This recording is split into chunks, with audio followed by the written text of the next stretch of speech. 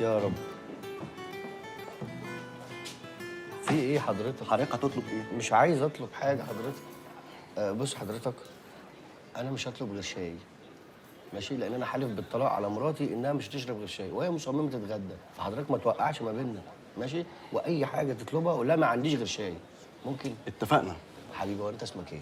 شربين. حبيبي شربيني، معلش يعني اخوك برضو ايه يعني راعيني. حاضر.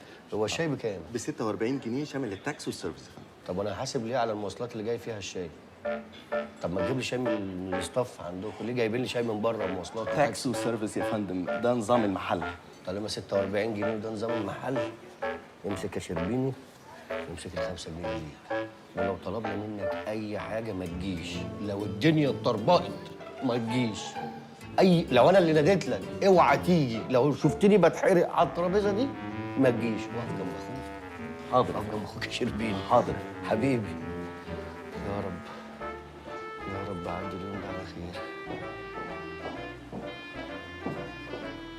هي دي مطلب حاجه تشربها؟ بقول لك استنى جعانه اصلا، تعالى نطلب اكل. باللي انت عايزاه بقى، شوف الغدا اللي انت عايزاه وانا ميت من الجوع.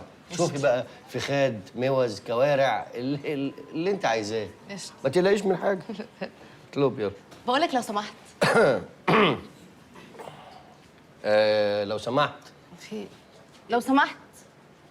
يا شربيني. ايه ده؟ ايه الهبل ده؟ عيب يا شربيني، انا زبون المكان. ده مشي وما بيردش عليا. ازاي يمشي واحنا طالبين منه حاجات؟ انت هتسكتي؟ هنسكت على كده؟ نقعد في كافيه والنادي للويتر وما يردش علينا؟ انت يا زفت بنتكلم. انا مش ممكن اقعد في الكافيه ده اكتر من كده. بتضحكي على ايه؟ اسكتي. حاضر. امشي جري قدامي يلا. حكيش. حاضر. مش قلبي يا رب. باصين قرف احنا.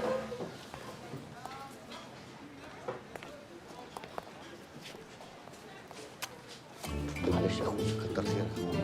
انت بخير يا حبيبي.